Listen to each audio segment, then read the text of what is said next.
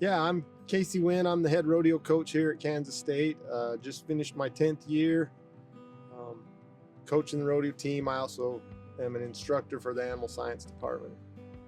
I was lucky. I got to be involved, highly involved right from the get-go about trying to help them determine the size, the amount of seating, right? We really wanted to be as close to Weber as we could. So we made sure we have as many seats as we had in Weber, actually a few more in this one.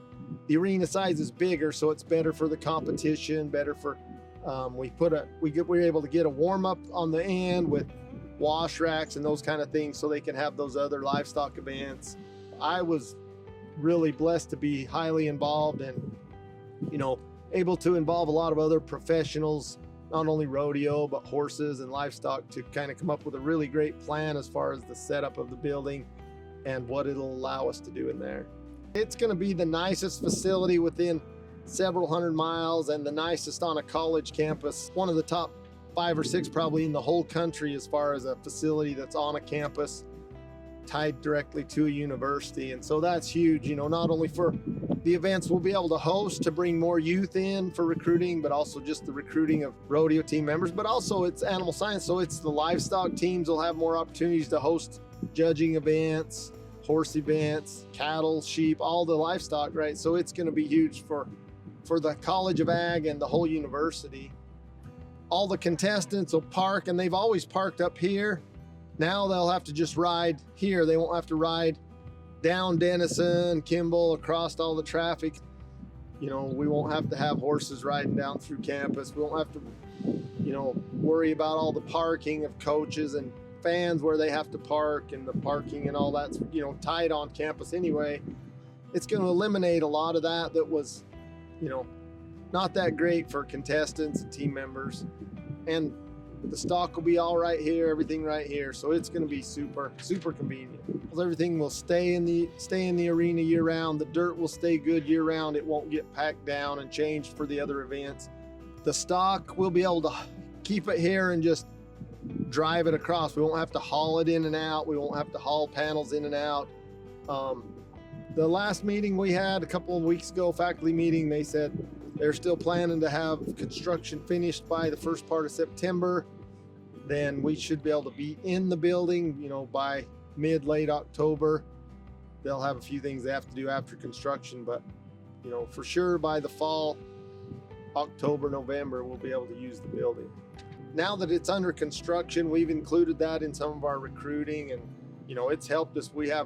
Our team is more than half out-of-state kids, so we got a lot of kids from all over the country. One of the pieces that made them want to come to K-State, along with the great education, is hey, we're going to have even better practice facilities than we've got here in the near future. We're scheduled to host our rodeo in there next year, February, back to our February dates where we've had for the last 40 years, and so we're super excited. We had it last fall semester. In the fall, which was outside of your outdoors. Yeah, that was outside of norm. We had it outdoors up at the county fairgrounds at Seco Park. So that was out of the usual for the last how many ever years. They've had it in Weber for at least 30 years that I know of. We're excited to not have to do that. We'll be back to our normal schedule of having it the 3rd weekend of February. How did that feel being out of Weber after being in it for so long? It was a big change. We missed it. The atmosphere, you can't beat the atmosphere, right? It was so small and packed with people, and it's that bowl, everybody's above you.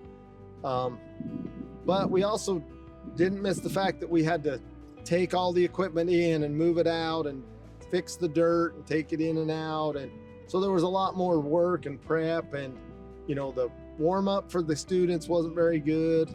We still only usually practice in there from November till the end of February.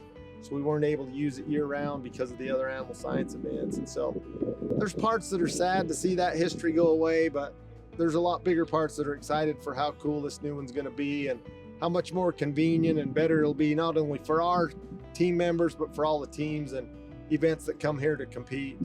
As far as the student population, Weber was cool, and it was right on campus, right? So I think those students that live in the dorms that didn't have a car, they'd hear the music, whatever, and maybe come over.